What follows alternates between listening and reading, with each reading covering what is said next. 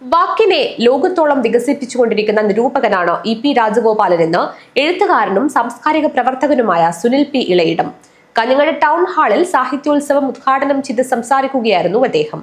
വാക്കിന്റെ സൂക്ഷ്മതലങ്ങളിലിറങ്ങി ലോകത്തോളം അതിനെ വികസിപ്പിച്ച് വിശാലമാക്കിയ മലയാളത്തിലെ നിരൂപകനാണ് ഇ.പി. രാജഗോപാലനെന്ന് എഴുത്തുകാരനും സാംസ്കാരിക പ്രവർത്തകനുമായ ഡോക്ടർ സുനിൽ പി ഇളയിടം പറഞ്ഞു. സാഹിത്യത്തിൽ ഒന്നും മാറ്റിവെക്കാനില്ലെന്നും നടക്കുന്നതും കാണുന്നതും പറയുന്നതും അനുഭവിക്കുന്നതുമെല്ലാം സാഹിത്യത്തിൽ ഉൾച്ചേർന്നിരിക്കുന്നുവെന്നും അസന്ദിഗ്ധമായി പ്രഖ്യാപിക്കുന്ന നിരൂപണങ്ങളാണ് രാജഗോപാലന്റേതെന്നും അദ്ദേഹം കൂട്ടിച്ചേർത്തു. പ്രമുഖ നിരൂപകനും പ്രഭാഷകനും സാംസ്കാരിക പ്രവർത്തകനുമായ ഇ.പി. രാജഗോപാലന്റെ എഴുത്തു ജീവിതത്തെ മുൻനിർത്തിയുള്ള നടന്നുപോകുന്ന വാക്ക് സാഹിത്യോത്സവം കാഞ്ഞങ്ങാട് ടൗൺ ഹാളിൽ ഉദ്ഘാടനം ചെയ്ത് സംസാരിക്കുകയായിരുന്നു അദ്ദേഹം. എല്ലാ പുസ്തകങ്ങളും ശരിയില്ല, പക്ഷെ പ്രധാനപ്പെട്ട എല്ലാ ഗ്രന്ഥങ്ങളും അതുമുതൽ ഇതുവരെ ഏറ്റവും അവസാനം ഇറങ്ങിയ പ്രധാന കൃതികളൊന്നും ഉൾക്കഥ എന്ന പേരിൽ കഥാപഠനാണ്. ആ കഥാപഠനത്തിന്റെ പേര് ഉൾക്കഥ എന്നാണ്. ആ ഉൾക്കഥ കഥയ്ക്കുള്ളിലെ നിഗൂഢമായ മറ്റൊരു കഥയല്ല, കഥയിൽ കൂടി നിൽക്കുന്ന ജീവിതബന്ധങ്ങൾ, ചരിത്രം, സംസ്കാരം, അധികാരം ഇവയുടെയൊക്കെ കലർപ്പ് ഒരു കഥയെ എങ്ങനെ രൂപപ്പെടുത്തുന്നു എന്നാണ് ആ കഥാപഠനത്തിൽ ആലോചിക്കുന്നത്.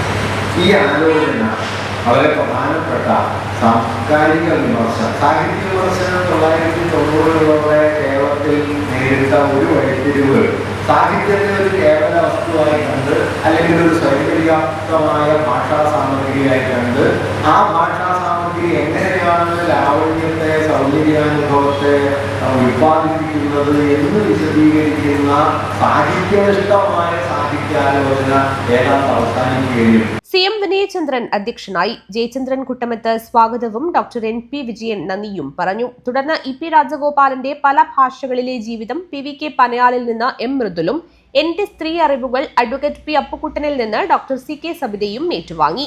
ഇ.പി. കൃതികളിലെ മൗലിക നിരീക്ഷണങ്ങളെ മുൻനിർത്തി തയ്യാറാക്കിയ വാക്കിന്റെ ലോകം, ലോകത്തിന്റെ വാക്ക് പാനൽ പ്രദർശനത്തിന്റെ ഉദ്ഘാടനം M.V. ബാലകൃഷ്ണൻ മാസ്റ്റർ നിർവഹിച്ചു. ഒരു സാംസ്കാരിക പ്രവർത്തനം കൂടിയാണ് രാഷ്ട്രീയ പ്രവർത്തനം. ഇത് രണ്ടും പരസ്പര പൂരകമാണ് എന്ന് ചിന്തിക്കുന്ന ഒരു വലിയ വ്യക്തി കൂടിയാണ്. ഇവിടെ ശ്രീ രാജഗോപാൽ മാസ്റ്ററുടെ ഇവിടെ സൂചിപ്പിച്ചതുപോലെ അദ്ദേഹം എഴുതിയിട്ടുള്ള കൃതികളുടെ മൗലിക നിരീക്ഷണങ്ങളുടെ പാനൽ പ്രദർശനമാണ് ഇതിൽ അത്ഭുതമായിട്ടുണ്ടാവുക. രാജഗോപാൽ മാസ്റ്ററെ കുറിച്ച് വളരെയേറെ അറിയപ്പെടുന്ന ഒരാളാണ്. സ്വാഭാവികമായും വ്യക്തിബന്ധവും അദ്ദേഹത്തെ നിരന്തരമായി പല യോഗങ്ങളിലും കാണാൻ, അദ്ദേഹത്തിൻ്റെ വാക്കുകൾ ശ്രമിക്കാനും അദ്ദേഹത്തിൻ്റെ ലേഖനങ്ങൾ വായിക്കാനും, ഞാനിവിടെ പറഞ്ഞതുപോലെ 1-2 പുസ്തകങ്ങൾ മാത്രമേ ഞാൻ അദ്ദേഹത്തിൻ്റെ വായിച്ചിട്ടുള്ളൂ.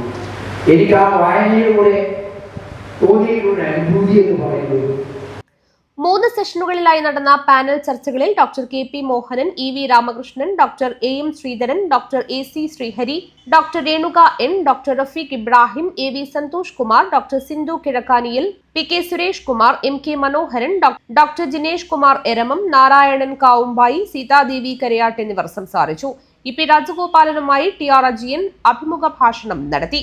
സമാപന സമ്മേളനത്തിൽ doctor VPP Mustafa, professor K.P. Jayarajan എന്നിവർ സംസാരിച്ചു. പയ്യന്നൂർ കോളേജിലെ മൂവി മാനിയ തയ്യാറാക്കിയ ഇ.പി. രാജഗോപാലന്റെ ബയോപിക് ഏതൽ പണിക്കാരൻ പ്രദർശിപ്പിച്ചു. News bureau, Kanhangad.